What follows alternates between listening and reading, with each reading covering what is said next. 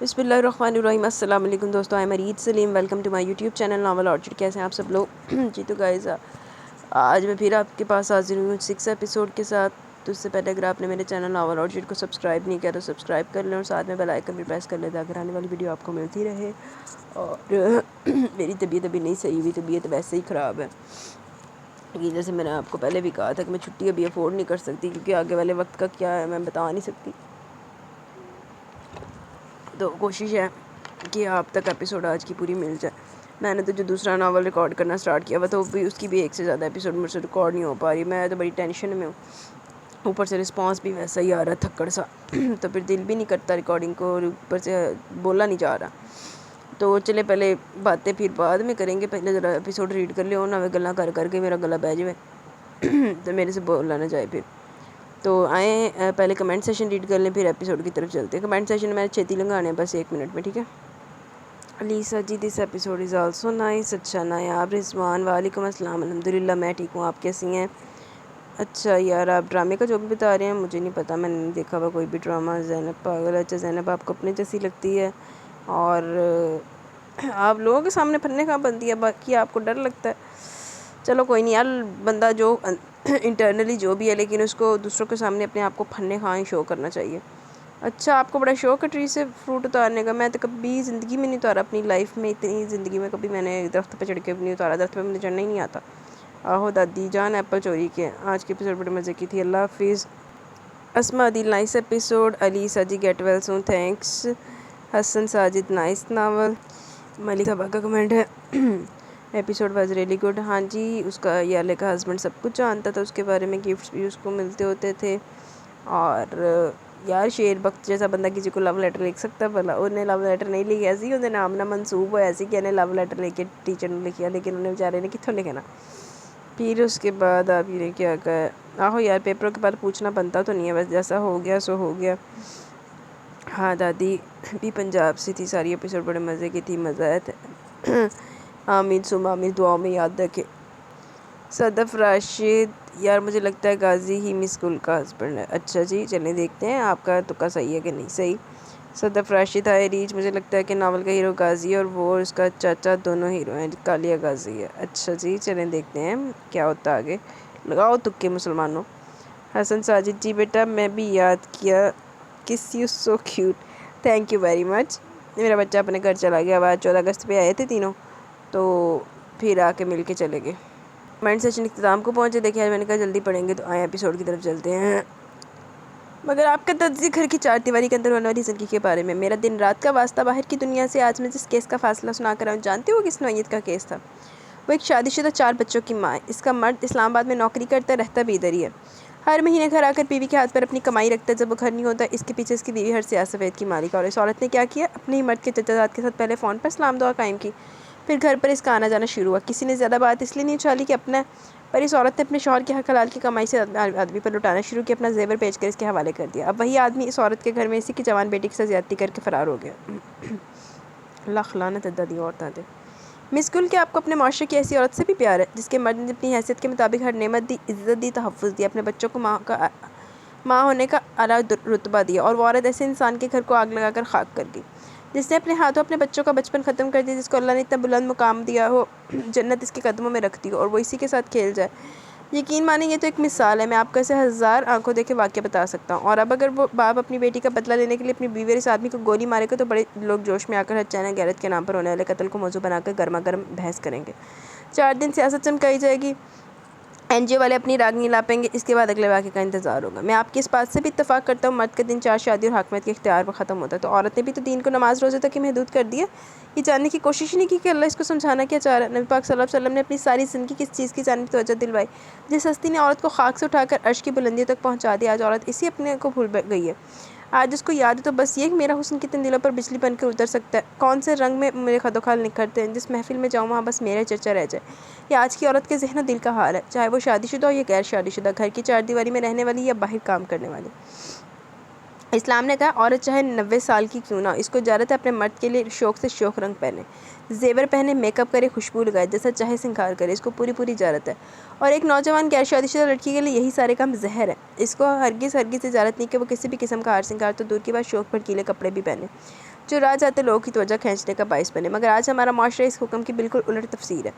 بوڑھے لوگ چاہے میاں بیوی ایک جگہ بیٹھ کر مسکراتے نظر آ جائیں، ان پر ٹھٹھا لگ جاتا ہے، اور ویلنٹائنس ڈے پر ہاتھوں میں ہاتھ لیے لو سانگز پر جھومنے والے دو نامحرم لوگوں کو دیکھ کر کیوٹ بولا جاتا ہے، ان کو آئیڈیلائز کیا جاتا ہے۔ مس کل افسوس کی کیا بات ہے؟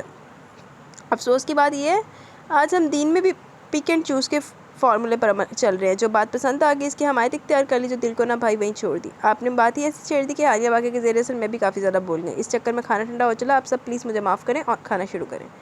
ہلکا سا مسکراتے ہوئے اس نے اپنے لیے چاول نکالے۔ یالے کا دماغ نم سا ہو گیا، سر کو جھٹک کر بیدار کرنے کی کوشش کے ساتھ ایک نظر دادی پر ڈالی، جو اپنے برابر بیٹھے شیر بخت کے کندھے پر تسلی دینے کے انداز میں ہاتھ پھیری تھی۔ یالے کا منہ حیرت سے کھل گیا کیونکہ شیر بخت کا چہرہ اور کان لال پوٹی ہو رہے تھے۔ وہ سر جھکائے اپنی گندی میلی رلی کے ساتھ آنسو صاف کر رہا تھا۔ یالے نے پریشان ہو کر سوالی نظروں سے سردار کو دیکھا، جس نے یالے کو کچھ کہنے کا ارادہ معلوم ہوتے ہی اپنے منہ پر انگلی رکھ کر اشارے سے یالے کو خاموشی سے کھانا کھانے کا مشورہ دیا۔ وہ کچھ پل ناسمجھی سے دیکھتی رہی، پھر دھیرے سے کھانے کی جانب ہاتھ بڑھایا۔ ایک دفعہ پھر حیرت ہوئی جب شیر بخت کھانا کھاتے خاموشی سے اٹھ کر چلا گیا۔ کسی نے اس کو نہیں روکا۔ دادی بھی افسردہ سی نماز پڑھنے کا اٹھ کی کچل میں دونوں اور درخانے رہ گئے۔ مجھے ایسا کیوں لگ رہا ہے کہ جذباتی پن میں میں نے کوئی بہت بڑی غلطی کر دی ہے۔ دادو بھی اداس ہو گیا، اور شیر بخت کو کیا ہوا ہے؟ سردار نے گہرا سانس لیتے ہوئے ہاتھ میں پکڑا پانی کا گلاس میز پر رکھا اور اپنی جگہ چھوڑ کر کھڑا ہو گیا۔ چلے مس کل، میں آپ کو ہاسٹل تک چھوڑا ہوں، پھر دروازہ بند ہو جائے گا۔ وہ اس کا انتظار کیے بغیر پچھلے دروازے کی جانب بڑھ گیا۔ یالے بے دلی سے اٹھی، سنک سے ہاتھ دھوئے اور فرش پر ایک سائڈ پر رکھا اپنا بیگ اٹھا کر دکھانے کو شب بخیر کہتی ہوئی باہر نکل گئی۔ یالے ادنا نہ جا، سردار دی دیر نظر ہی پھر نہ کہیں میں نے دوسیاں نہیں سی۔ باہر سردار دروازے سے تھوڑا دور کھڑا ہو کر ارد گرد کا جائزہ لے رہا تھا۔ وہ قریب آ کر بولی، میں نے اگر ان کا دل دکھایا تو صبح معذرت کر لوں گی۔ وہ اس کی جانب دیکھے بغیر آگے قدم بڑھاتے ہوئے بولا، فکر نہ کریں مس کل، ان دونوں کو آپ کی نہیں میری باتوں نے دکھ دیا۔ میں نے شیر بخت کے زخموں پر نمک چھڑکا، اس لیے معذرت بھی میری طرف سے ہوگی۔ اس کا کیا مطلب ہوا؟ یہ آپ کا تکیہ کلام ہے؟ کیا مطلب؟ خیر اصل بات یہ ہے شیر بخت کی فیملی کا تعلق کوئٹہ سے ہے۔ اس کا باپ اچھا بزنس مین ہے، یہ صرف ایک ہی بیٹا ہے۔ اس کی والدہ نے کرایہ دار کے ساتھ گھر سے بھاگنے کا فیصلہ کیا، جس کا علم اس کے باپ کو ہو گیا۔ اس نے اس کی ماں کو اسی وقت طلاق دے کر گھر سے نکال دیا، شیر بخت کو بھی بیوی کے حوالے کر دیا۔ یہاں پر اس کا بوڑھا نانا رہتا تھا، اس کی ماں کو اسی نے سہارا دیا، پر خود زیادہ عرصہ زندہ نہیں رہا۔ گاؤں آ کر اس کی ماں نے پھر کسی کے ساتھ تعلق بنا کر اس سے شادی کر لی۔ اس کو کہا کہ تم واپس اپنے باپ کے پاس چلے جاؤ۔ 13 سال کا تھا، ادھر بھوک پاکوں سے بھاگ کر باپ کے پاس گیا۔ اس نے سیدھا کہہ دیا، میں تمہیں اپنی اولاد نہیں مانتا، تم ایک بد کردار عورت کے بیٹے ہو، کون جانے تمہارا باپ کون ہے۔ تب سے یہ یہاں ہے۔ ماں بھی 2 سال بعد نئے شوہر کی مار دھاڑ سے تنگ آ کر واپس آ گیا۔ اب یہ ذہنی طور پر اتنا متاثر ہو چکا ہے، میں نے بڑی کوشش کی تعلیم مکمل کرے، کوئی نوکری کا سبب بن جائے گا، مگر یہ نہیں مانتا۔ کہتا ہے جو سبق ماں نے اور زندگی نے سکھا دیا وہی بہت ہے۔ بیمار ماں کی وجہ سے کہیں دور مزدوری کو بھی نہیں جاتا، اس لیے میں نے اس کو آپ کے ساتھ رہنے کی پابندی دی۔ خدا ترسی کی مدد قبول نہیں کرتا تو سوچا اس طرح 4 پیسے کما لے گا۔ وہ دونوں ایک دوسرے کے برابر تھوڑے فاصلے پر چلتے ہوئے ہاسٹل کے دروازے تک پہنچ گئے۔ یالے کے الفاظ کہیں کھو گئے، آنکھوں کی گرد بار بار دھند چھا رہی تھی۔ آپ مذاق تو نہیں کر رہے نا؟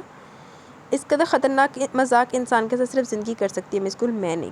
ایسا کیوں ہوتا ہے؟ کاش میرے پاس اس سوال کا جواب ہوتا۔ شیر بخت کے ساتھ ایسا نہیں ہونا چاہیے تھا۔ میں کہتا ہوں کسی بھی بچے کے ساتھ ایسا نہیں ہونا چاہیے، مگر خواہشیں پوری کب ہوتی ہیں؟ 2 لوگ تو ایک دوسرے کی محبت میں ایسے قدم اٹھاتے ہیں۔ ہر انسان کو جینے کا حق حاصل ہونا چاہیے، مگر 2 لوگوں کی ایک ہی سزا خاندان کا ہر فرد کیوں بھگتتا ہے؟ کیا محبت ایسی ظالم چیز ہے؟ سردار نے ایک پل اس پر نظر ڈالی جو اس کے سامنے کھڑی ہو کر یوں بول رہی تھی جیسے سوال اس سے نہیں اپنے آپ سے کر رہی ہو۔ مس کل، اگر اس تمام عمل کے پیچھے واقعی محبت کا اثر ہوتا، بلکہ اگر محبت موجود بھی ہوتی تو یقین مانیے ایک دل بھی نہ ٹوٹتا۔ محبت لینے کا نام کب ہے؟ یہ دینے کا نام ہے۔ جہاں اتنے بڑے پیمانے پر تباہی مچ جائے، ماں جیسے رشتے کا تقدس پامال ہو جائے، ماں کی وجہ سے تمام معاشرے سے اعتماد اٹھ جائے، بھلا وہاں کیسی محبت؟ کیا محبت؟ محبت کو بھی 2 کوڑی کا کر کے رکھا ہوا ہے۔ دنیاوی رشتوں میں ماں اور اولاد کی محبت سے بڑھ کر اگر کوئی اور حقیقت ہے تو براہ مہربانی مجھے بتائیے گا ضرور۔ آپ تو خوش قسمت ہیں جو آپ کو کوئی اولاد نہیں، ورنہ میں آپ کو یہی مشورہ دیتا جیسے بھی اپنے شوہر سے کمپرومائز کر لیں۔ مگر اب یہ کہوں گا، آپ کا اگر اپنے میاں سے کسی بھی طرح رابطہ ہو، آپ اس سے طلاق کا مطالبہ کر دیں۔ آپ جوان ہیں، خوبصورت ہیں، آپ کو تو یوں فٹ سے رشتہ مل جائے گا۔ ہو سکتا ہے اس گاؤں میں اللہ آپ کو لائے اس مقصد کے لیے جہاں آپ کا جوڑ لکھا ہو۔ ماں صدقے جائے، در پردہ پرپوزل تے نہیں پیش ہو رہا؟ یالے جو اندھیرے میں دیکھتے ہوئے بڑی غور سے اسے سن رہی تھی، ایک دم چونکی، گفتگو کدھر کو چل پڑی تھی۔ اپنے اندر اٹھتے ناگواری کے بادل بڑی مشکل سے دبائے۔ اس کو یقین ہے ابھی چند سیکنڈ پہلے یہ آدمی کیا کہہ رہا تھا اور اب کیا کہہ رہا ہے۔ غصہ دباتے ہوئے بولی، سردار صاحب، نہ جانے آپ کیا سمجھ رہے ہیں، میرے اور میرے شوہر کے درمیان کوئی لڑائی یا اختلاف نہیں ہے۔ وہ تھوڑی مایوسی سے بولا، مگر سنا تو یہ وہ ناراضگی میں آپ کو اکیلا چھوڑ کر کہیں چلا گیا۔ وہ ناراض ہو کر نہیں گیا، پیسہ کمانے کی نیت لے کر ملک سے باہر گیا۔ ہمارے درمیان ذرا سی بحث ہو گئی تھی، اس کو نوکری نہیں مل رہی تھی، بس اسی بات پر بحث ہو گئی۔ آپ نے نہ جانے کیا کہانی بنا لی۔ ویسے جو باغیچے میں حادثہ ہوا تھا اس کے لیے میں ایک دفعہ پھر معذرت کرتی ہوں۔ یہ سچ ہے کہ آپ کے ایک دم ٹارچ مارنے کی وجہ سے میرا فوکس ہٹا اور میں گری، اور مدد کا شکریہ، کیونکہ اگر وہ نیچے گرتی تو یقیناً اگلے کئی دن ہل نہ سکتی۔ اللہ حافظ، پاٹ لہجے میں کہہ کر آگے بڑھ گئی۔ دماغ میں ابال اٹھ رہے تھے۔ تیز تیز قدموں سے چلتی راستے میں آنے والی چیز کو اگنور کرتے ہوئے اپنے کمرے تک آئی۔ دروازہ لاک کر کے بیڈ پر بیگ اور چادر اتار کر بیڈ پر پٹکے۔ یہ سردار نے کس قسم کی بات کر دی؟ ہر گزری رات کے سناٹے سے نکلتی ہوں اور ہر رات پھر سے کوئی نئی بات ہو جاتی ہے۔ اگر ایسی گھٹیا بات اس نے کیوں کی؟ کیا میں غلط لوگوں کے درمیان ہوں؟ آنکھوں کے سامنے زینب کا بہنوں سے رویہ ہے، دادی کی شفقت، نعمان کا پرخلوص اور عزت دیتا انداز۔ نہیں، وہ لوگ ایسے نہیں ہیں۔ پھر سردار نے اس چول کیوں ماری؟ یا یہ مجھے بے امان کا مال سمجھ کر چانس مارا؟ کمرے میں لیفٹ رائٹ مارچ کے دوران ناخنوں کی شامت آئی ہوئی تھی جو بیچارے پہلے ہی چننے مننے سے تھے۔ ایک تو میں ناخنوں وال دیکھ کے کوشش ہوتا جنہوں نے نیل بائٹنگ کی عادت ہوتی ہے۔ ہینڈ بیگ کی اندرونی جیب میں سنبھال کر رکھا موبائل نکالا اور مزید کچھ بھی سوچے بغیر فون میں فیڈ اکلوتا نمبر ملا دیا۔ دوسری بیل پر فون اٹھا کر بڑی سرد آواز میں یاد دہانی کرائے گی، کیا آفت آئی ہے؟ کیونکہ ابھی کل میں نے یہ بات بڑی تفصیل سے واضح کر دی کہ نمبر مت ملانا۔ جواب میں وہ پھٹ پڑی، تو اور کس کا نمبر ملاؤں؟ اپنے مرے ہوئے باپ کا، اپنی مری ماں کا، یا ان کا جو مجھے مارنے کو ڈھونڈ رہے ہیں؟ میری حفاظت کی ذمہ داری تم نے لی تھی، زمانے کے فوجدار بعد میں بننا، پہلے اپنے نام پر بیٹھی عورت کو تحفظ دو۔ بہنیں کو تیار آنسوں کو روکنے کی کوشش میں گہرے گہرے سانس لیتے ہوئے کمرے میں مارچ دوبارہ شروع کر دیا۔ دوسری طرف گہری خاموشی چھا گئی جب یالے کو لگا شاید فون بند ہو چکا ہے۔ دوسری طرف استفسار ہوا، کیا ہوا ہے؟ یالے کا جیت جہاں اونچی اونچی رونے لگے پر ضبط کرتے ہوئے بولی، میں نے یہاں یہی بتایا ہوا، میں شادی شدہ ہوں، میں تم سے صرف اتنا چاہتی ہوں کہ لوگوں کو اپنے ہونے کا ثبوت دو تاکہ کوئی میرے پر غلط نظر نہ ڈالے۔ مجھے ساتھ نہیں رکھنا، نہ رکھو۔ میرے سے نفرت کرتے ہو تو کرتے رہو، میرے سے کوئی واسطہ نہیں رکھنا چاہتے، نہ رکھو۔ میں کبھی تمہیں کبھی آواز نہیں دوں گی۔ میں نے کل ہی فیصلہ کر لیا تھا آئندہ یہ نمبر نہیں ملاؤں گی، مگر ہر روز کوئی نہ کوئی بات ہو جاتی ہے۔ وہ اس کو درمیان میں ٹوکتے ہوئے بولا، مجھے اصل وجہ بتاؤ، ہوا کیا؟ کسی نے کچھ کہا ہے؟ کیا کر لو گے جان کر؟ آ کر میرے پر نظر ڈالنے والے کی آنکھیں نکالو گے یا آنکھوں کے درمیان گولی مار دو گے؟ پہلی بے وقوفی تم نے خود کو شادی شدہ بتا کر کی ہے۔ جب تمہاری شادی ہوئی نہیں تو ڈھونگ لے جانے کی ضرورت کیا تھی؟ ڈھونگ یہ تمہارے لیے تھا کالیہ، کیونکہ میں تو تمہارے ساتھ جیسی تھی اس کی بنیاد پر چل پڑی۔ ڈھونگی تو تم نکلے ہو، میں تو تمہاری اصل شناخت و صورت سے ہی ناواقف ہوں۔ نکاح پڑھانے والے نے تمہارا نام کالیہ نہیں لیا تھا، تم سن رہے ہو ڈھونگی انسان؟ تم نے میرے ساتھ ڈھونگ کیا ہے۔ کیوں کیا یہ نکاح؟ تمہاری وجہ سے بوا مری ہے، تمہاری وجہ سے میں اس حال میں ہوں۔ جانتے ہو نا میرے خاندان کو؟ اگر میں اس وقت اپنے گھر پر موجود ہوتی تو کیا کسی سردار یا دوسرے تیسرے انسان کی ضرورت ہو سکتی تھی جو مجھے کہہ جاتا؟ اب تمہیں خیال آیا کہ تم اور میں کبھی ساتھ نہیں رہ سکتے، تو تب اپنا ایک کمینہ پن کیوں ظاہر نہ کیا جب ایک بوڑھی مجبور مائی کی امیدیں بڑھا رہے تھے؟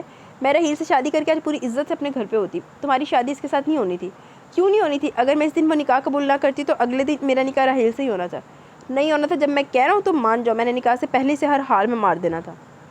تم قاتل ہو، کہہ سکتی ہو، مجھے کیا فرق پڑتا ہے؟ میرے پاس یہ عاشقوں کی طرح سستے فون پیکج لگا کر ساری رات باتیں کرنے کا وقت نہیں ہے۔ تم وہی باتیں دوبارہ سے دہرا رہی ہو جن کا جواب میں کل دے چکا ہوں۔ خود کو لکیر کی فقیر نہ ثابت کرو، اپنا دماغ کام میں لاؤ۔ اور دوسری میری بات یاد رکھنا، اگر عورت خود موقع نہ دے تو کوئی مائی کا لال پر اس پر ایسی ویسی نظر نہیں ڈال سکتا۔ کر دی نا وہی گھسی پٹی بات؟ اگر مجھے خود ہی اپنے لیے کھڑا ہونا تو تم کس مرض کی دوا ہو؟ میں نے کب کہا کہ میں تمہاری حفاظت کروں گا؟ کب میں نے تم سے قدم قدم پر ساتھ دینے کے وعدے کیے تھے؟ بی بی میں تو تمہیں جانتا تھا، جانتا تک نہ تھا، ایک ذرا سا حوالہ تھا، اس کے ناطے مدد کر دی۔ تم میرے بارے میں جانتی کیا ہو؟ یقین مانو، اگر اپنا اصل تعارف کروانا تو میرے سائے سے بھی پناہ مانگو گی۔ میں دنیا میں آخری مرد بھی رہ گیا نا تب بھی میرے ساتھ ایک پل گزارنا پسند نہیں کرو گی۔ میرا شکر ادا کرو یالے، میں تمہیں اپنی جنگ میں شامل ہی نہیں کر رہا، وہ بھی ایک بہت بڑے نیک انسان کی تم پر مہربانی کی وجہ سے۔ اگر وہ درمیان میں نہ ہوتا تو شاید حالات اس سے بھی تلخ ہوتے۔ تم کالی ہو یا جو کوئی بھی ہو، میری ایک بات ہمیشہ یاد رکھنا، مجھے تم سے سخت نفرت ہے۔ کوشش کرنا کبھی میرے سامنے نہ آئے ورنہ منہ نوچ لوں گی۔ فون بند کر کے بیڈ پر پھینک دیا۔ بس پڑ گئی مجھے بھی ٹھنڈ، بڑا اٹھا کر میں نے اس کا نمبر ملایا۔ میرے فیصلے پر ہی لعنت ہے، جس سے ایک دفعہ بھلائی نہ ملے، بار بار اسی سے امید باندھنا بھی بغیرتی ہے۔ اور میں نے آج اس وقت اس آدمی کا نمبر ملا کر بغیرتی کا ثبوت ہی دیا۔ اب مر بھی جاؤں تو اس کو فون نہیں کروں گی۔ آگے بڑھ کر فون اٹھایا، باتھ روم میں جا کر سنک میں پانی بھر کر پانی میں فون رکھ دیا۔ حوصلہ بی بی حوصلہ کر لا، ایڈا جذباتی بڑا چنگا نہیں ہوتا۔ فون نے کی کتنا بچارے بے جان فون نے، معصوم فون۔ خود وہیں کھڑی ہو کر فون کی روشن سکرین کو دیکھنے لگی۔ پورے 5 منٹ گزر گئے، فون کی سکرین اسی طرح روشن رہی۔ حیرت بھی ہوئی پر فون کو ویسے پانی میں چھوڑ کر وضو کیا، نماز پڑھی، جی بھر کر اللہ سے مدد مانگی، دل میں ٹھنڈک سی اترتی محسوس ہوئی۔ سونے کے لیے لیٹنے سے پہلے فون پر ایک نظر ڈالی جو اسی طرح بالکل صحیح سلامت کام کر رہا تھا۔ بڑا کوئی ٹھیٹ فون تھی، نوکیا 1100 یا 3310 تو نہیں سی؟ عجیب ٹھیٹ فون ہے۔ مزید پانی ڈال کر لائٹ بند کر کے بیڈ پر آ گئی۔ کپڑے بدلنے کا موڈ نہ تھا کیونکہ پھر سے سردی لگوانے کا اسے کوئی شوق نہیں تھا۔ دونوں آنکھیں بند کی تو ماں کا چہرہ آنکھوں کے سامنے آ گیا۔ اکھیاں ترسن چھم چھم برسن، دید ماں میری کراجا، ایک واری گل لاجا۔ درود پاک پڑھ کر ان کی روح کو ثواب بھیجا۔ اس طرح درود پڑھتے پڑھتے آنکھوں میں نمی لیے نیند کی وادیوں میں اتر گئی۔ میرے اس ناول میں سب سے زیادہ برائی اللہ کے ساتھ ہوا ہے۔ ملازمہ نے آ کر اس کو بھائی کے فون کا پیغام دیا تو زرمین کے چہرے پر رونق دوڑ گئی۔ مہمانوں کے پاس بیٹھی ہوئی تھی، معذرت کرتی ہوئی فوراً سے باہر نکل آئی۔ اپنے کمرے میں جا کر سکون سے بیڈ پر دونوں ٹانگیں اوپر کر کے تکیہ گود میں رکھنے کے بعد ہولڈ پر رکھا ریسیور اٹھایا۔ السلام علیکم، آخر بہن کی یاد آ ہی گئی۔ دوسری جانب سے ولی اللہ کا زندگی سے بھرپور کہکا سنائی دیا، وعلیکم السلام، کیسی ہو مشرقی عورت؟ اب کہ وہ بھی ہنس پڑی۔ باغی کمانڈو صاحب میں ایک دم فٹ، آپ جناب سنائیں کیسی جا رہی ہے، اور جناب کو کس کی زلفوں نے اتنا مصروف کر رکھا ہوا ہے؟ ہمارے ایسے نصیب کا، اپنی تو زندگی گولیوں کے ساتھ گزر رہی ہے، جہاں چھوریوں کا دور دور تک گزر بھی نہیں۔ ہاں اگر کہیں ایک آدھ خراش آ جائے تو سی ایم ایچ جا کر خاکی آنچل دیکھ آتے ہیں۔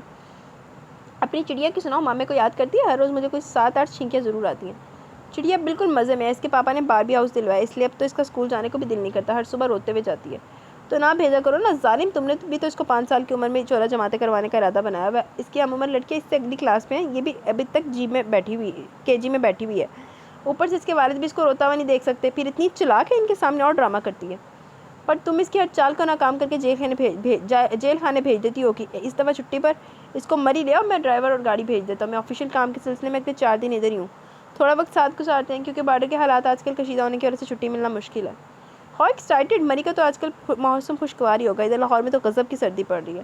میں ابراہیم سے اجازت لے لوں، اگر مان گے تو ان کو کہوں گی اسلام آباد کی ٹکٹ کروا دیں گے، آگے آپ ڈرائیور بھیج دینا۔ آپ بتائیں آپ کے لیے کیا لاؤں؟ کچھ نہیں یار، آج کل اپنے پاس سپلائی کھلی ہے، اپنے ہٹلر سے پوچھو اور پھر بتانا مجھے۔ ہاں بھی ان کے مہمان آئے فارغ ہوتے ہیں تو پوچھ کر آپ کو بتاتی ہوں۔ فون رکھ کر خوشی خوشی جا کر ساس کو بتا کر جانے کی اجازت مانگی نے، بھلا کیا تاز ہونا تھا جا کر مہمانوں کے پاس بیٹھ کی، جب مگر اس کے چہرے پر خوشی کا رنگ ابراہیم کو اندر ہی اندر آگ لگا رہا تھا۔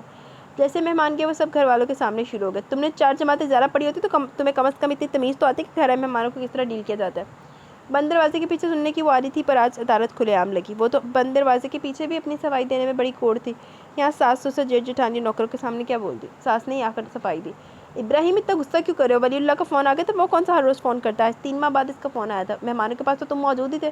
اماں میرے سامنے اس آدمی کی حمایت نہ کیا کرے، میں اس سے سخت نفرت کرتا ہوں، یہ عورت یہ بات جانتی ہے، پھر بھی ہر دفعہ مجھے نیچے دکھانے کو بھائی کے نام پر بھاگ کر جاتی ہے، جیسے اس پر کوئی آفت آئی تو بھائی سپر ہیرو بن کر ریسکیو کرنے آئے گا۔ وہ لاٹ صاحب ہے، وہاں کہیں بیٹھ کر فون کرتا ہے اور یہ عورت اپنا ہر کام بھول کر بھاگ اٹھتی ہے۔ بھائی اتنی بہن بھائی کی محبت ہی تو رکھتا ہے، اس کو اپنے پاس کیوں میری زندگی میں زہر گھولنا تھا؟ میں تنگ آ گیا ہوں، آئندہ اس گھر میں اس آدمی کا ذکر ہے تو وہ دن اس گھر میں اس عورت کا آخری دن ہوگا۔ آپ سے کہہ رہا ہوں سمجھا لے اس کو ورنہ پچھتائے گی، طلاق دے کر باہر نکالوں گا اور ساری زندگی اپنی بیٹی کی شکل تک نہیں دیکھنے دوں گا۔ اپنی بات پوری کر کے ایک نفرت بھری نظر زمین کے جھکے سر پر ڈال کر وہاں سے چلا گیا، لانتی والا آدمی۔ باقی سب لوگ ایک ایک کر کے وہاں سے ہٹ کے، ساس نے آ کر اس کے بت بنے وجود پر تسلی دیتا ہاتھ رکھا تو وہ چونکی، خالی نظروں سے ان کی جانب دیکھا جو نادر نظر آ رہی تھی، ایک پھیکی سے مسکراہٹ دکھا کر وہاں سے نکل آئی۔ ملازموں کو کمرے میں بلایا اور اس کو ہدایت کی میرے بھائی کا فون آیا تو بول دینا میں گھر پر نہیں ہوں، صاحب کے ساتھ ملک سے باہر چلی گئی ہوں، کہنا جلدی جلدی میں جانا ہوا، آخری وقت پر پروگرام بنا تھا۔ ملازمہ نے فون اٹھایا تو اپنے کامتے وجود کو لے کر باتھ روم میں بند ہوگی، منہ پر دوپٹہ رکھ کر اپنے اندر کی سسکیوں کو دباتے ہوئے تڑپ تڑپ کر روئی، مگر خاموش کروانے کوئی نہ آیا۔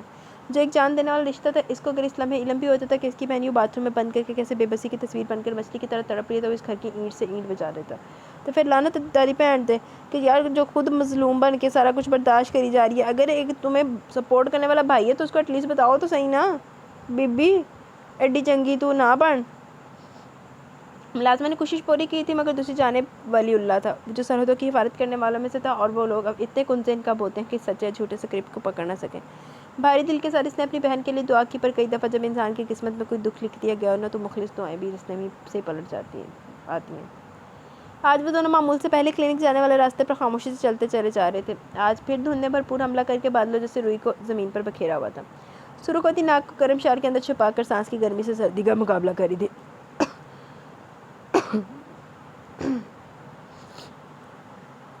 شیربخت کے ہونٹ سختی سے ایک دوسرے میں پیوست تھے، نہ جانے یالے کو کیا سوجی بولتی چلی گئی۔ شیربخت کیا تم خبریں سنتے ہو؟ ہاں کبھی کبھی، کیونکہ میرا گھر پر ٹیلی ویژن نہیں ہے، دکان والے کے پاس کبھی بیٹھ کر دیکھ لیتا ہوں۔ اچھا اخبار تو پڑھتے ہوگے؟ ہاں کیوں نہیں، میں تو ایک ملک کا وزیر اعظم، میرا ملازم اخبار میرے گھر پر دے کر جاتا ہے۔ کیا تم اس خبر سے واقف ہو جو پچھلے دنوں نئے سال سے پہلے ایک وزیر کے بیٹے کا اس کی شادی کے دن قتل ہو گیا تھا؟ ہاں دکان پہ آدمی باتیں کر رہا تھا تب سنا تھا، اس میں کیا خاص ہے، ہزاروں آدمی مرتا ہے۔ اس میں خاص بات یہ وہ میرا تایا ساتھ تھا، اور وہ وزیر میرا تایا ہے۔ اس دن جب اس کا قتل ہوا، اس دن اس کی شادی مجھ سے ہو رہی تھی مگر ہوئی نہیں، کیونکہ اس کے ایک دن پہلے میرا نکاح کسی دوسرے آدمی کے ساتھ ہوا تھا، اور وہ آدمی راحیل کے قتل کے پیچھے جس کے ساتھ میرا نکاح ہوا ہے وہ کون ہے، کہاں ہوتا ہے میں نہیں جانتی، وہ مجھے جس گھر میں چھوڑ گیا تھا وہاں میں اتنے دن اس کا انتظار کرتی رہی، وہ نہیں آیا، میں بیمار ہو گئی، وہ تو زینب کو اللہ نے فرشتہ بنا کر وہاں بھیجا، اس نے میری بات پہ یقین کر کے میری مدد کی، تو میں شیربخت کے قدم ساخت ہو چکے تھے، حیر تو بے یقینی سے آنکھیں پھاڑے اس کو دیکھے جا رہا تھا۔ یالے نے اس کا کندھا پکڑ کر اچھا خاصا جھٹکا دیا۔ بیچ راستے میں بت بن کر کھڑے ہونے کا وقت نہیں ہے، دیکھو زینب ادھر ہے کہ ہے نہیں، اور مجھے اس وقت ایک مخلص دوست کی ضرورت ہے جو مجھے درست مشورہ دے، جس طرح کل تم نے مجھے شاہد خان سے بات کرنے سے روکا، بس اسی بات نے مجھے ہمت دی کہ تم سے یہ سب کہہ سکوں، سمجھ رہی ہو نا؟ پلیز کسی کو یہ نہ بتانا، ورنہ میرے گھر والے مجھے ڈھونڈتے ہوئے یہاں آئیں گے اور مار دیں گے۔ کون گھر والے؟ تمہارا ماں باپ؟ نہیں، میرے ماں باپ زندہ نہیں ہے، میرا تایا جن کا بیٹا مرا وہ مجھے ڈھونڈ رہے ہیں۔ کیوں؟ کیونکہ وہ سمجھتے ان کے بیٹے کو میں نے مروایا، وہ سمجھتے میں کسی سے محبت کرتی تھی اور اسی کے ساتھ گھر سے بھاگ گئی ہوں۔ میں قرآن کریم اٹھانے کو تیار ہوں، ایسا حقیقت میں نہیں ہوا تھا۔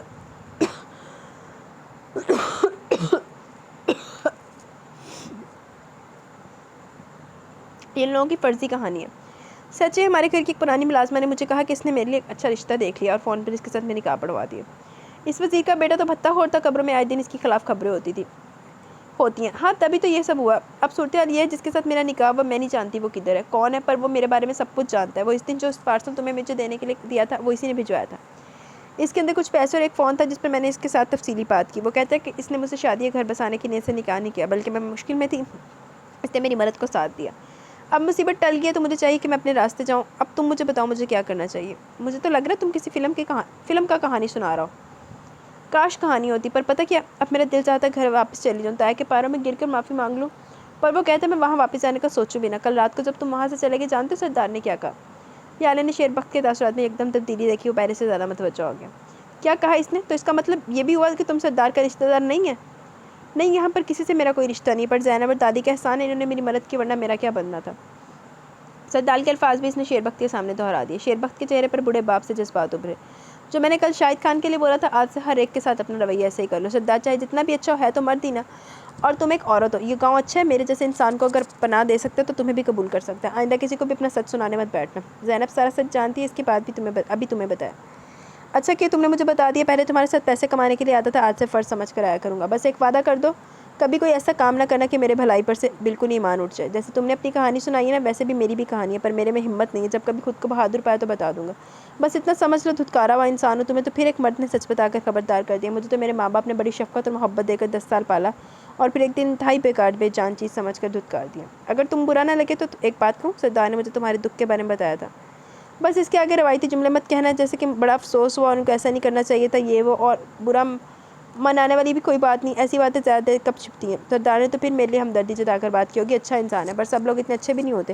میں تو خاصا ڈھیٹ ہو گیا ہوں۔ آپ کو باہر سے ٹھوکر لگے تو آپ گھر جا کر ناز نخرے دکھاتے ہیں، پر جب ٹھوکر گھر سے لگے تو باہر کسی سے ہمدردی کی امید بھی نہیں جاگتی۔ اب راستے میں کھڑے ہو کر یہ کیا باتیں شروع کر دی ہیں؟ اچھا کیا میں نے سب بول دیا؟ اب مجھے اکیلا پن محسوس نہیں ہو رہا، نہ ہی گھبراہٹ محسوس ہو رہی ہے۔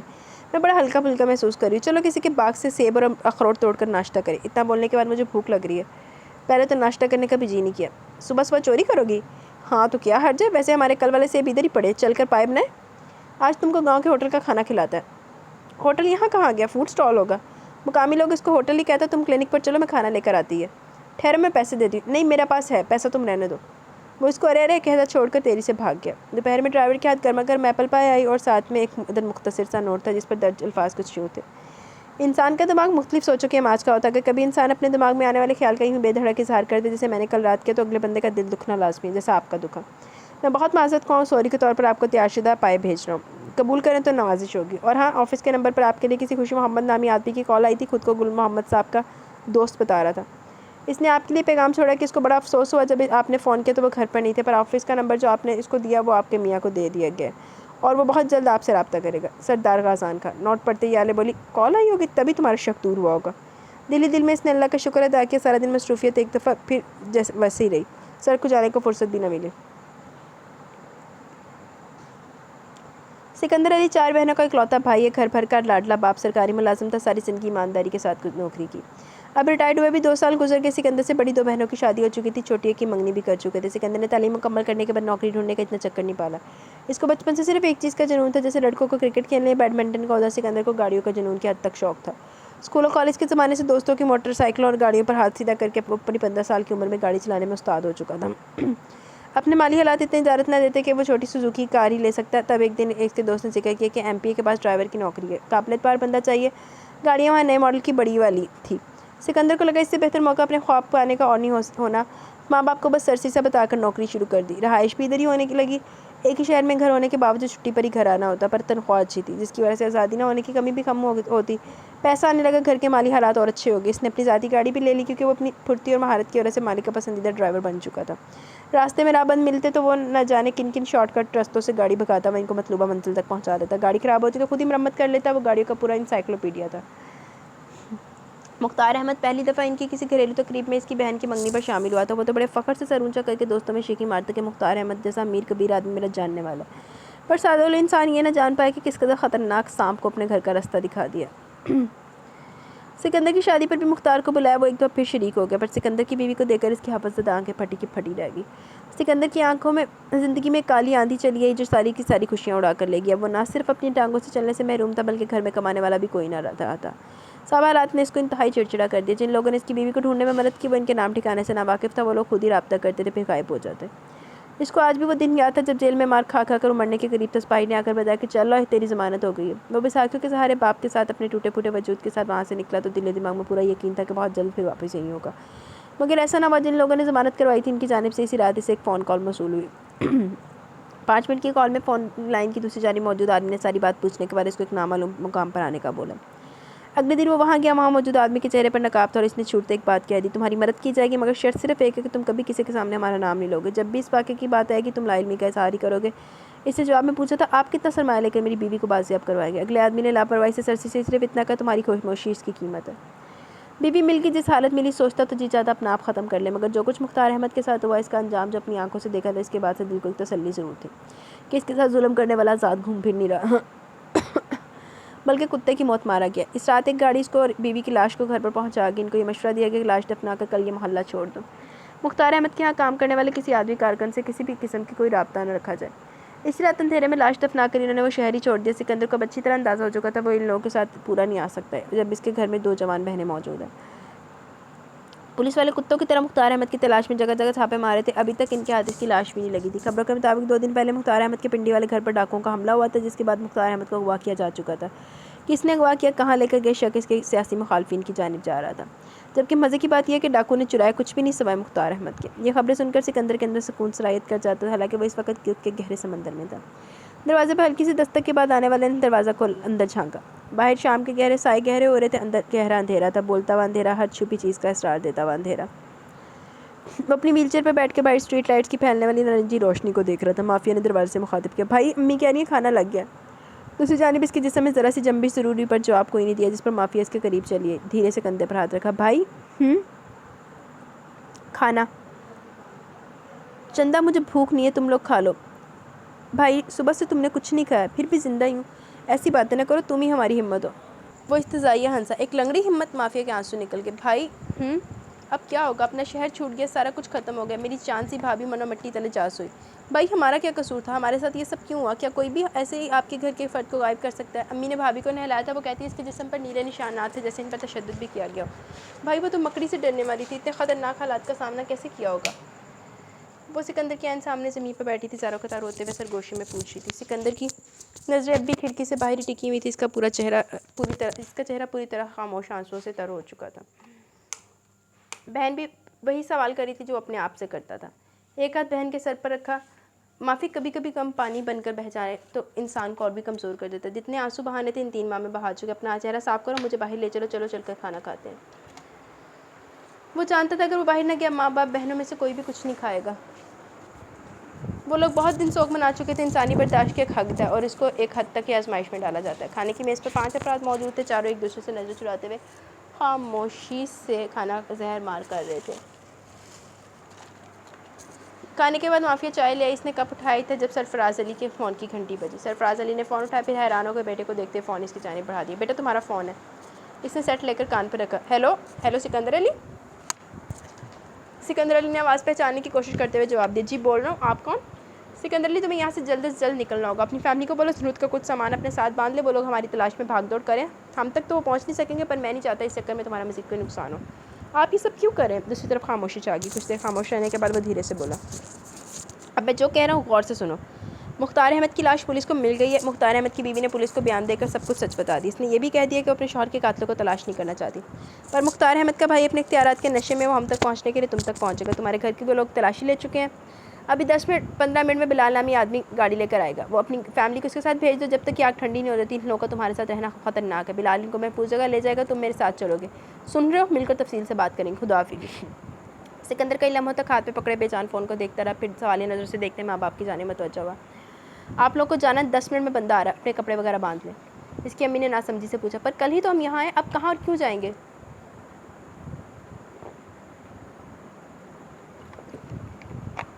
یہی سمجھ لیں جان بچانی تو جانا پڑے گا۔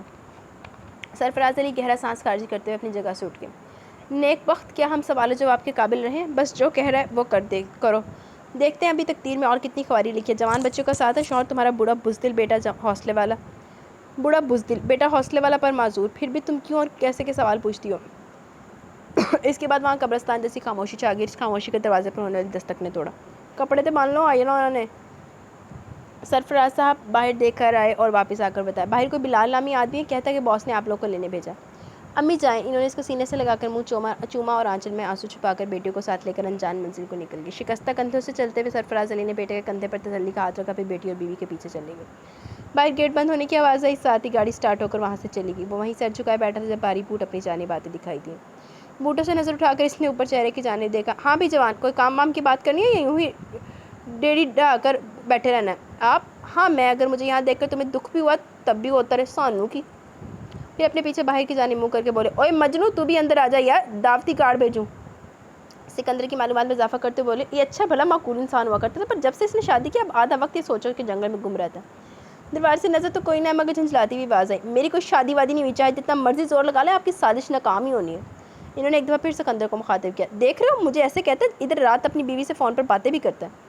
اب کی آواز پہلے سے بھی ذرا جھنجھلائی ہوئی تھی۔ سکندر وہ آواز پہچان گئی، اسی آدمی کی آواز تھی جس نے مختار احمد کے سر میں گولی ماری تھی۔ وہ سکندر کا ہیرو تھا جو کہہ رہا تھا، یہ بھی آپ کی مہربانی ہے، آپ کو بخار چڑھا تھا اس کو میرا نمبر دینے کا۔ ویسے ایک بات ثابت ہو گئی ہے، اپنی حرکتوں سے اس نے بھی ثابت کر دیا کہ آپ کی رشتہ دار ہے۔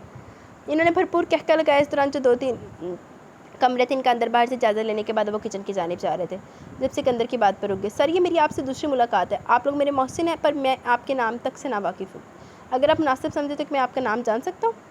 وہ کچن سے دروازے سے پلٹ آئے اور اپنا ہاتھ سکندر کے جانب بڑھایا، جسے اس نے تھام لیا تو وہ گرم جوشی سے جھٹکا دیتے ہوئے بولے، مجھے خوشی محمد کہتے ہیں، اور یہ جو باہر اندھیرے میں کیموفلاج ہوئے بیٹھا ہے میرا داماد ہے کالیا۔ باہر سے بھرپور احتجاج ہے۔ سکندر یار ان کو ڈے ڈریمنگ کی عادت، داماد بیٹی نہیں دیکھتے اپنی ایک نمبر کی احمق، یہ ساری باتیں تم اس کے سامنے جا کر کہو تب مانو، آئے بڑے پھنے خان، آپ نے پھر میری جاسوسی کی۔ وہ صبح سے اس کو پھنے خان کہہ کے چڑھا رہے تھے، یہ خطاب اس کو یالے کی جانب سے ملا تھا۔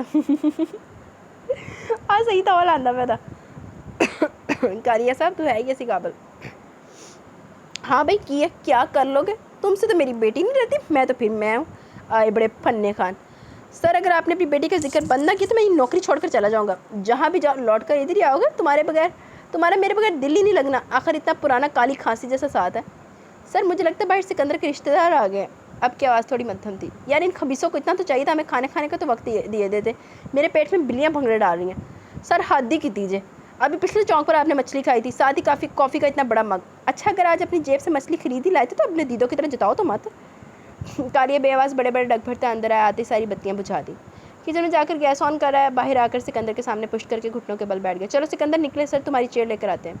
سکندر کو جب اس کی بات سمجھ آئی تو وہ ہچکچاتے ہوئے اس کی پشت پر سوار ہو گئے۔ سکندر کا وزن اپنے جسم پر محسوس کر کے وہ اس کو مضبوطی سے تھامے ہوئے اپنی جگہ سے اٹھ کر پچھلے دروازے کی جانب بڑھ گیا۔ ایک تو ہر گھر دے وچ انہوں نے پچھلا دروازہ رکھا ہوا ہے، ساڈے گھر دے کوئی دروازہ نہیں، 2 دروازے ہیں لیکن دونوں فرنٹ پہ ہیں، ایک ڈرائنگ روم کا، ایک باہر والا گیٹ ہے مین، تو دونوں فرنٹ پہ ہے، کوئی بیک سائڈ پہ نہیں رکھا۔ ہائے ہائے۔ باہر نکلنے سے پہلے اس نے اپنی جیب سے گرنیڈ سا نکال کر کمرے کے وسط میں پھینکا۔ چار دیواری میں تیزی سے دھواں پھیلنے لگا، اندھیرے میں دھوئیں کے بادلوں سے بہت دور وہ لوگ پچھلی دیوار پھلانگ کر گھر سے دور ہوتے چلے گئے۔ جس وقت کالیہ نے سکندر کو اپنی پشت سے اتار کر اپنی گاڑی کی پچھلی پشت پر بٹھایا، ان سے چند گلیاں پیچھے ایک زوردار دھماکہ ہوا۔ سکندر نے دھماکے کی سمت میں دیکھا تو کالے دھوئیں کے بادل آسمان کو پہنچ رہے تھے۔ خوشی محمد صاحب نے ویل چیئر گاڑی کے بورڈ پر رکھی، اپنی جگہ سنبھال کر بآواز بلند انا للہ و انا الیہ راجعون پڑھا، ساتھ ہی سکندر سے بولے، دیکھ بھائی تیری تلاش میں آنے والوں کے تکے کباب بن گئے۔ پرسن ان لوگوں کو اتنی جلدی میں ٹھکانے کا علم کیسے ہو گیا؟ کل ہی تو ہم لوگ یہاں آئے تھے۔ کل جب تم لوگ اپنے گھر سے نکلے تھے سارا راستہ تم لوگ کا پیچھا ہوا تھا، کیونکہ اس دن کالیہ سیدھا گیا ہی تہہ خانے میں تھا اور لاش لے کر نکلا تھا۔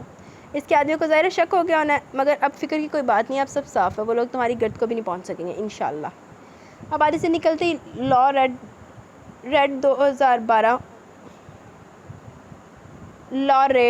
2012 ہوا سے باتیں کرنے لگی۔ لاریڈو دیکھتے دیکھتے فیصل آباد پر پیچھے رہ گیا۔ موٹر وے شروع ہوتے ہی سپیڈ 100 سے 200 سے اوپر جا رہی تھی۔ کالے کے دونوں ہاتھ اسٹیئرنگ پر اور آنکھیں سامنے پھیلی سیاہ تارکول کی سڑک پر جمی تھی۔ وقتاً فوقتاً نظریں بیک بھی میئر سے پیچھے آنے والی گاڑیوں کا بھی جائزہ لے لیتی۔ اسلام آباد پہنچتے تک اس کے ساتھی پوری طرح نیند کی آغوش میں جا چکے تھے۔ اس نے منزل پر پہنچ کر گاڑی گیراج میں روکی۔ خوشی صاحب اٹھ جاؤ، جناب بیلی لاہور آ گیا ہے۔ اس نے ان کا کندھا زور سے چھوڑ کر کہا تو وہ جواب میں آنکھیں مسلتے ہوئے بولے، او یار کمال دا آدمی ہے، تجھے اسلام آباد کے راستے پر ڈالا تو پھر لاہور جا پہنچتا، لاہور تیرے دل سے نکلتا کیوں نہیں ہے؟ اوئے لاہور تو اپنا دل ہے، اور دل ہی جسم سے نکال دیتے ہو تو جئیں گے کیسے؟ آکسیجن تو نہ چھینے۔ انہوں نے آنکھیں کھولتے کر غور سے کالیہ کو دیکھا، پھر سامنے اپنے گھر کو، پھر اس کے کندھے پر تھپکی دیتے ہوئے نیچے اتر گئے۔ تم رکو گے؟ آج تو ناممکن ہے۔ چلو ٹھیک ہے، جاؤ، فی امان اللہ۔ انہوں نے سکندر کی چیئر نکال کر اس کو گاڑی سے نکلنے میں مدد کی۔ کالیہ اپنی سیٹ سے نکل کر سکندر سے مصافحہ کیا۔ ابھی ایک آدھ ماہ تک تم یہاں اس گھر میں باہر کی دنیا سے کٹ کر ہوگے، پر فکر نہیں کرنا، اس دوران تمہارا علاج ہوگا۔ انشاءاللہ اگلی دفعہ جب یہ گیٹ پار کرو گے تو اپنی ٹانگوں پر چل کر جاؤ گے۔ سکندر کی آنکھوں میں پانی چمک رہا تھا۔ سر میں دوبارہ سے وہی سوال کروں گا، آپ میرے لیے یہ سب کیوں کر رہے ہیں؟ کالیہ نے اس کی آنکھوں میں غور سے دیکھا۔ دیکھو سکندر، میں ہوں یا خوشی محمد یا بلال، ہم بھی ایک وقت میں ایسی صورتحال سے گزر کر یہاں تک پہنچے۔ ہم لوگ جانتے ہیں جب کسی کی زندگی چھینی جائے اس کی تکلیف کیا ہے۔ حوصلے بلند رکھو یار، جوان آدمی ہو، زندگی تو بس اسی چیز کا نام ہے، جھپٹنا، پلٹنا، پلٹ کر جھپٹنا۔ پھر کبھی بات ہوگی، ابھی کے لیے خدا، اللہ حافظ۔ گاڑی گیراج سے نکل کر لمحوں میں وہاں سے غائب ہوگی۔ جب میں تمہیں پیسے دے رہی ہوں تو تمہیں تکلیف کیا ہے؟ یہ میں کوئی اللہ واسطے نہیں دے رہی، تمہاری تنخواہ کا ایڈوانس ہے، ان سے نیا لباس خریدو تاکہ کل سے کلینک پر اپنا کام سنبھالو۔ وہ پچھلے آدھے گھنٹے سے اس کے ساتھ سر کھپا رہی تھی، پر شیربخت کی منڈی ابھی بھی نگار میں ہل رہی تھی۔ تم رہنے تو اپنا نوکری اپنے پاس رکھو، ہم نے نہیں کرنی ایسی نوکری، سارا دن نزلہ زکام والے لوگ دیکھو۔ نہیں، میں تمہاری خاطر وہاں ماڈلز کی کیٹ واک کروا دیا کروں گی۔ وہ کیا ہوتا ہے؟ وہ تمہارا سر ہوتا ہے۔ اچھا چلو میرے ساتھ شہر چلتے ہیں، مجھے کچھ چیزیں لینی ہے۔ تم ایسے کیسے جائے گا؟ کیا راستوں کا علم ہے؟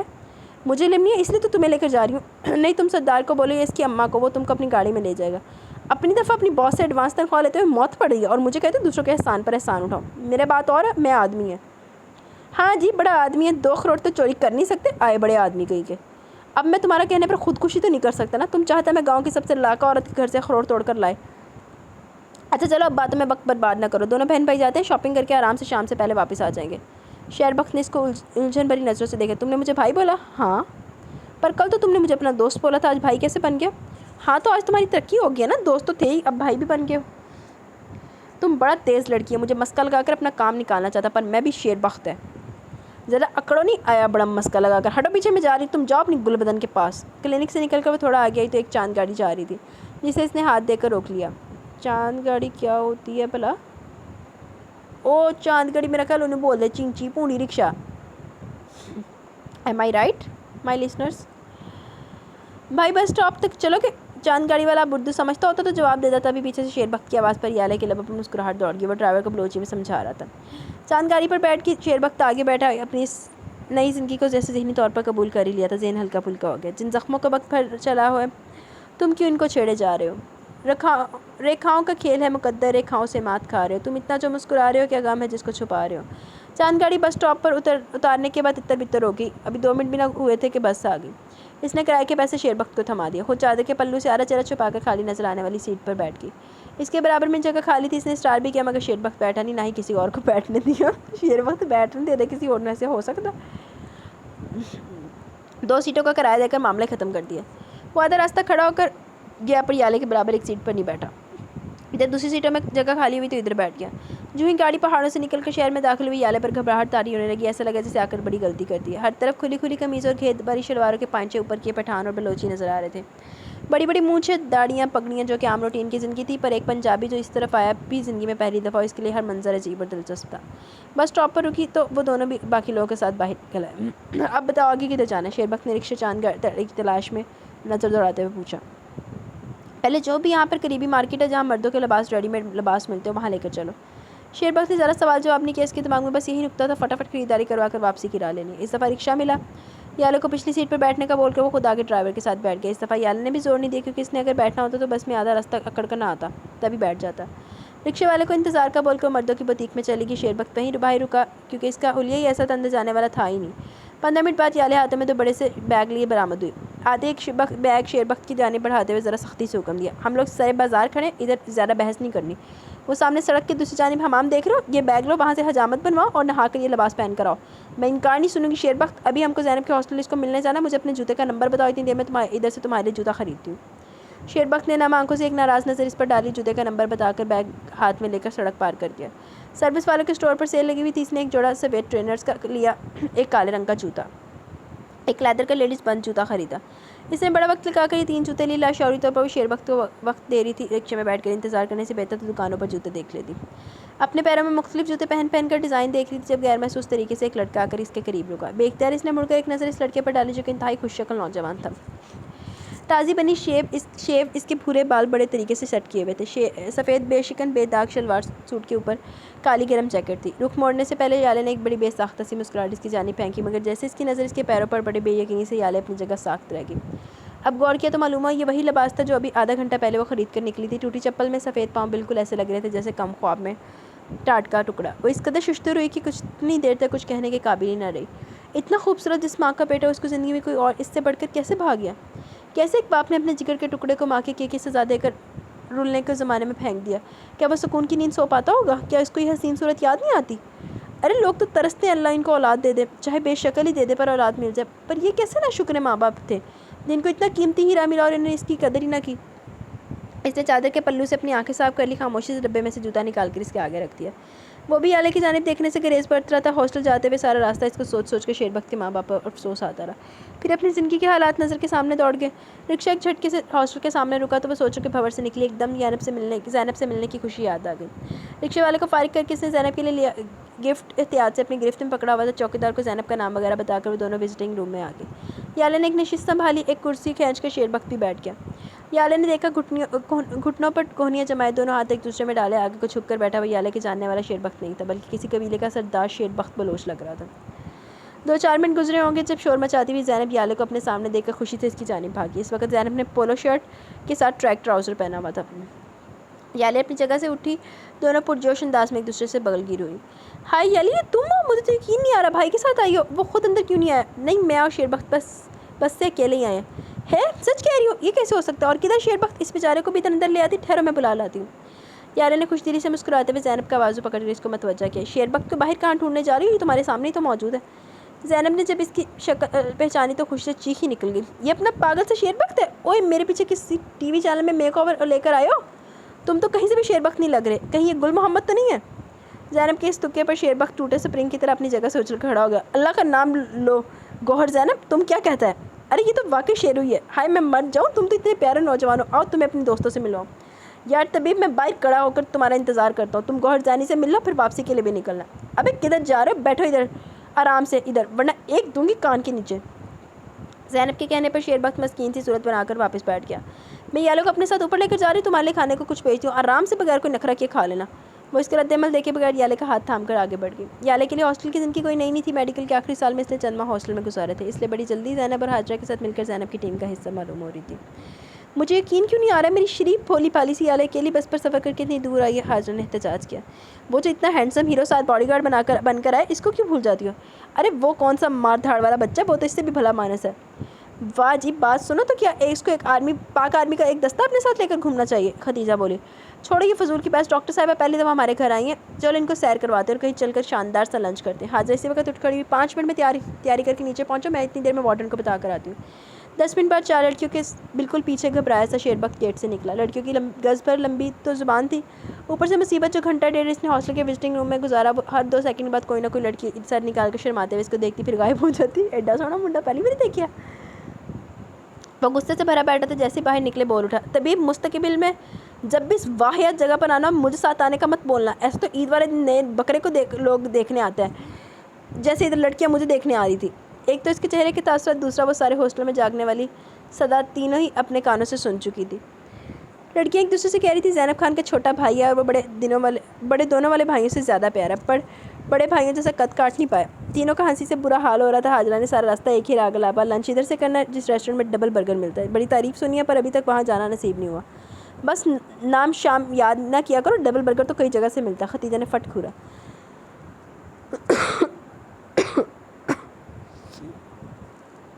زینی جانتی ہے میں کس جگہ کی بات کر رہی ہوں؟ پچھلے ہفتے زینی غازان بھائی کے ساتھ گئی تو تھی وہاں. اس کو نام کا پتہ ہوگا. ہاں بھی رکشے والے کوئٹہ گرلز لے چلو.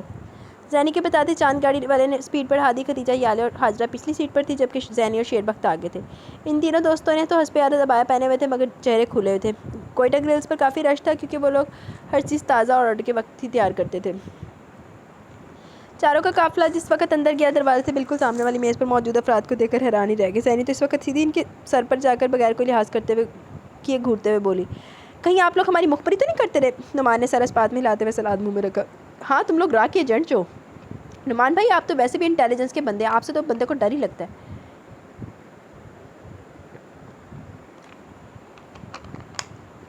حاجہ کی بات پر نعمان نے سر پھر سے اس بات میں ہلا دیا.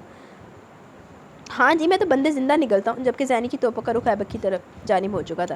پہلے اس کو گھور کر سرتا پیر جائزہ لیا, پھر اس کے ساتھ والی کرسی پر بیٹھ کر نپے انداز میں تفتیش شروع کی. چلو سردار اور نعمان تو ایک ساتھ نظر آئے, بات سمجھ آتی ہے, پر ایبک میاں تم کب سے میرے بھائیوں کے بڑی بن گئے؟ زینب کو سامنے دیکھ کر ہی ایبک کے پسینے چھوٹ گئے تھے.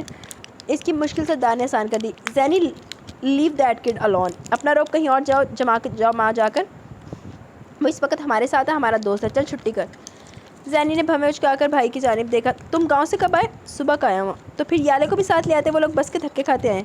مجھے معلوم ہوتا تو ضرور لے آتا. مس کول, آپ نے تو جادو کی چھڑی گھما لی. جس بچے کو کوئی نہ سمجھا پایا آپ نے 2 دن میں اس کو بدل کر رکھ دیا. کیا بات ہے؟ یالے ایک نظر شیربخت پر ڈال کر فخر سے مسکرا دی, جبکہ نعمان الجھن سے سردار کی جانب دیکھ رہا تھا. کس بچے کی بات کرے؟ بوجھو تو جانے. سردار سے پہلے زینی نے آنکھیں گھما کر جتایا. نعمان لگا دماغ دوڑانے. سردار نے بیرے کو آواز دے کر 2 میز ایک ساتھ اکٹھے کروا کر بڑا میز کر لیا. اب سارے آسانی سے 8 کرسیوں پر میز پر پورے آ گئے. نعمان یالے کے ذہن میں چلنے والی جنگ کے برخلاف اس سے پوچھ رہا تھا, گوہر جان یہ سردار صاحب کس بچے کا ذکر کر رہے ہیں؟ حاجرہ نے سردار کے ساتھ ساتھ ایبک اور نعمان کو مشترکہ سلام کیا اور سردار کے برابر والی کرسی پر بیٹھ گئی. ختیجہ زینی کے برابر ٹک گئی. شیربخت نے یالے کے لیے جو کرسی کھینچی وہ ایبک اور نعمان کے درمیان تھی.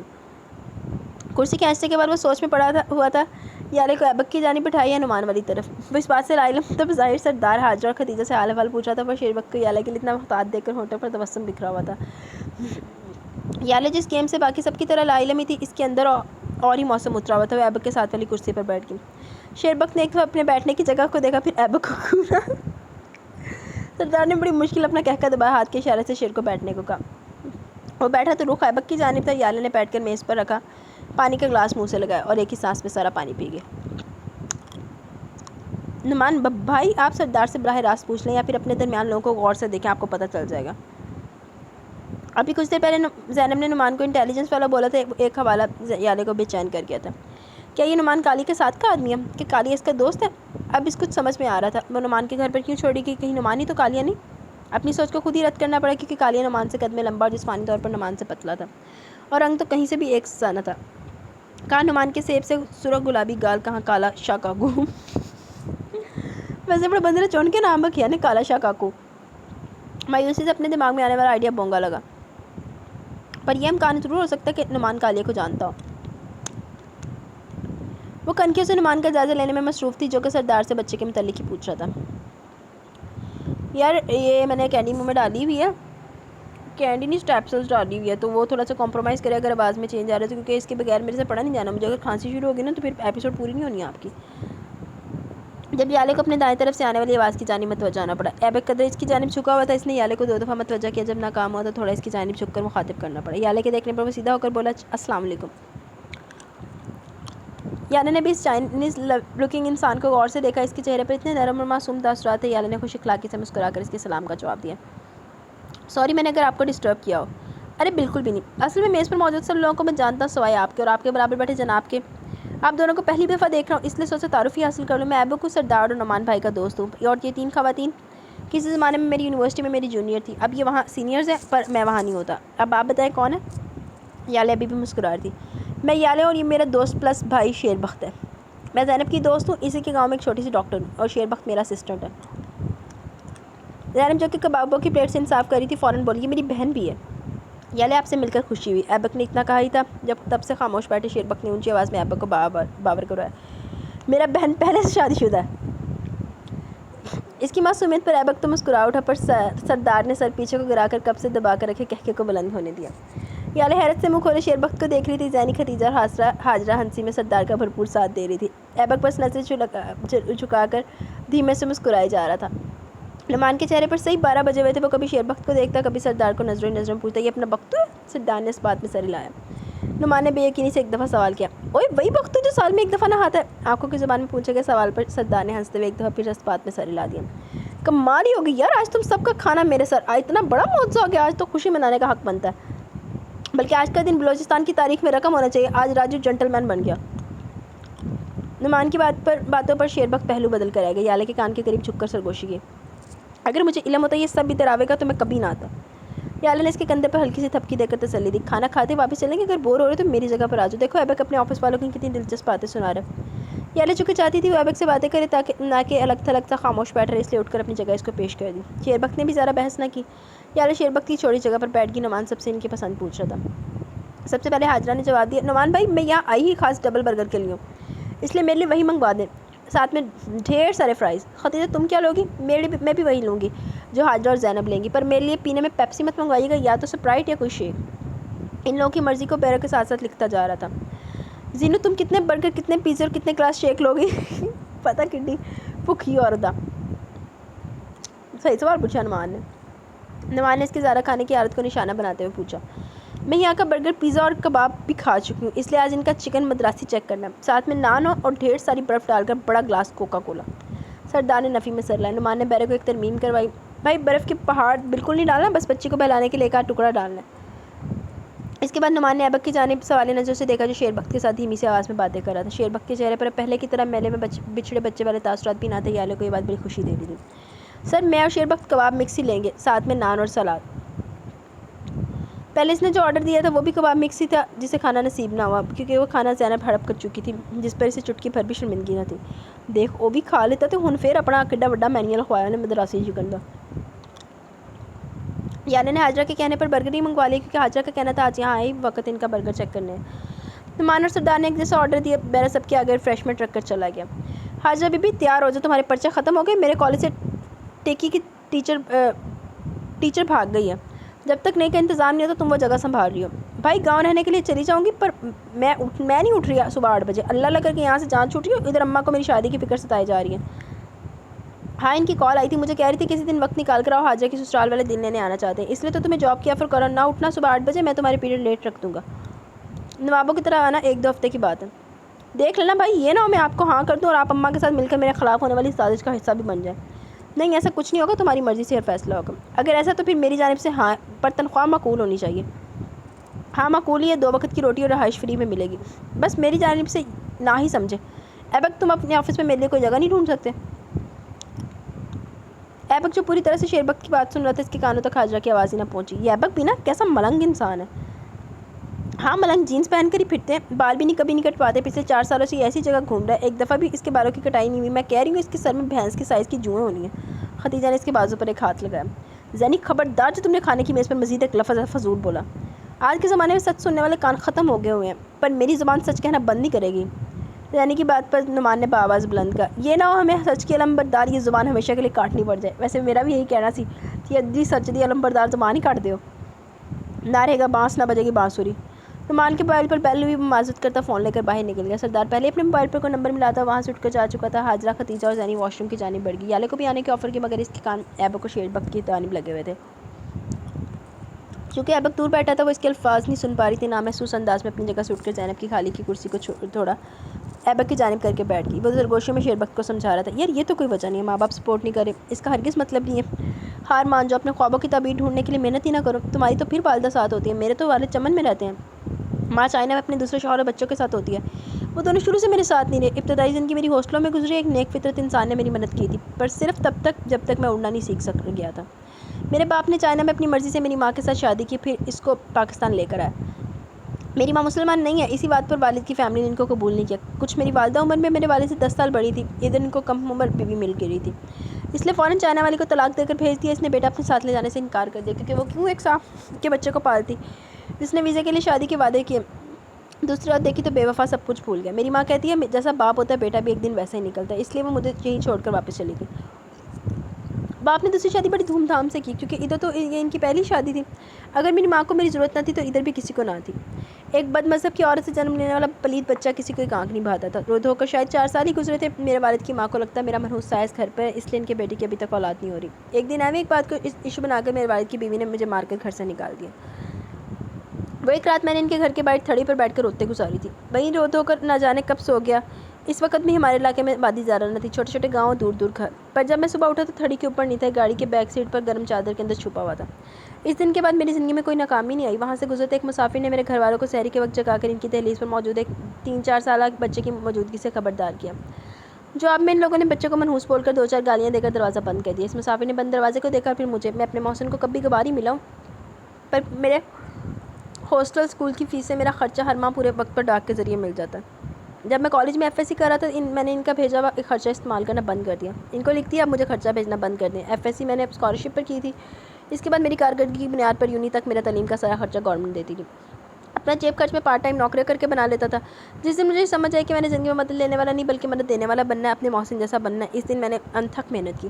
آج میں CSS کے امتحان کی تیاری کر رہا ہوں، ساتھ ہی بڑی اچھی تنخواہ پر نوکری کر رہا ہوں۔ اسی تنخواہ سے پیسے جوڑ کر میں نے اپنا مکان خریدا۔ میرے دوست یہ سب بتانے کا مقصد کوئی شیخی بگاڑنا نہیں ہے اپنی، فقط ایک حوصلہ افزا مثال دینا۔ تم ہمت کبھی نہ ہارو، محنت کرو۔ آج کے دور میں آگے جانا ہے تو تعلیم بڑی ضروری ہے۔ آج ڈگری کے بغیر ایک چوکیدار کو بھی نوکری پر نہیں رکھا جاتا۔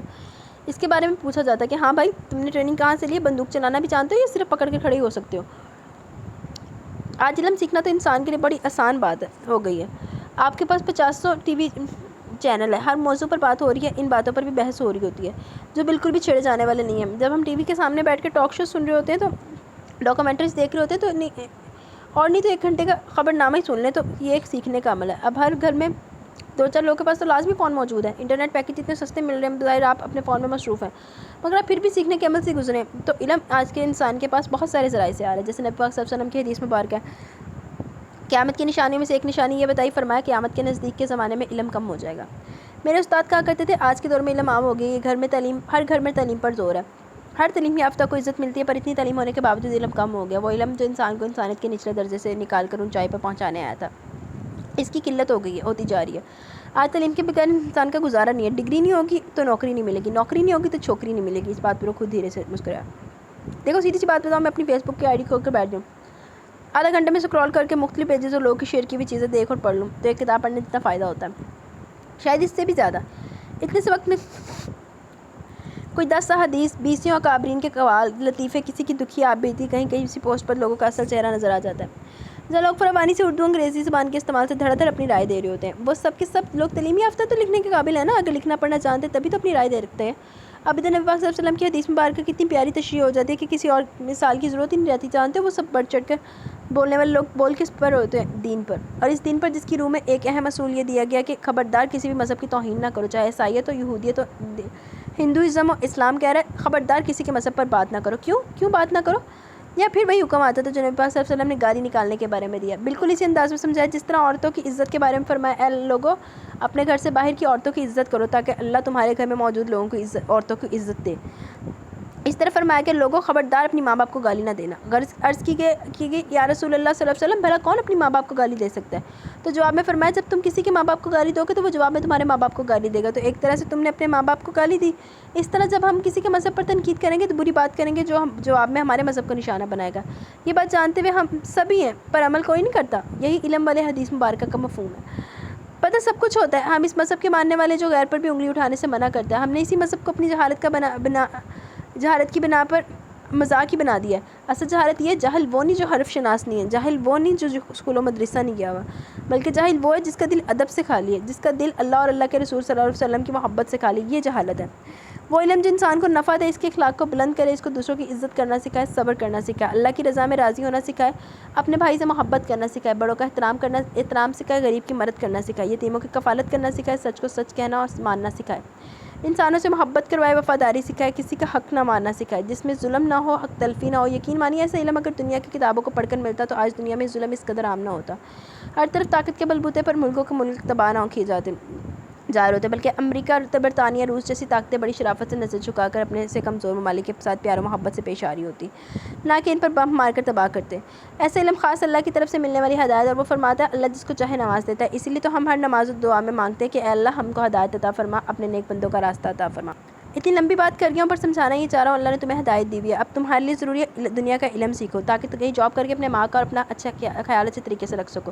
کل کو اگر تمہارے سامنے کوئی اور شیر بخت آتا ہے تو وہ تم کو دیکھ کر یہ سیکھ سکے کہ ایسے گر کر سنبھلتے ہیں۔ زندگی ہر کسی کو گراتی ہے، اگر ہم گریں گے نہیں تو اٹھیں گے کیسے؟ تو میرے پاس ادھر ہاسٹل میں آ جاؤ، میں سیدھا تمہیں میٹرک کی تیاری کروا دوں گا، اگلے سال امتحان دے کر قسمت آزمائی کر لینا۔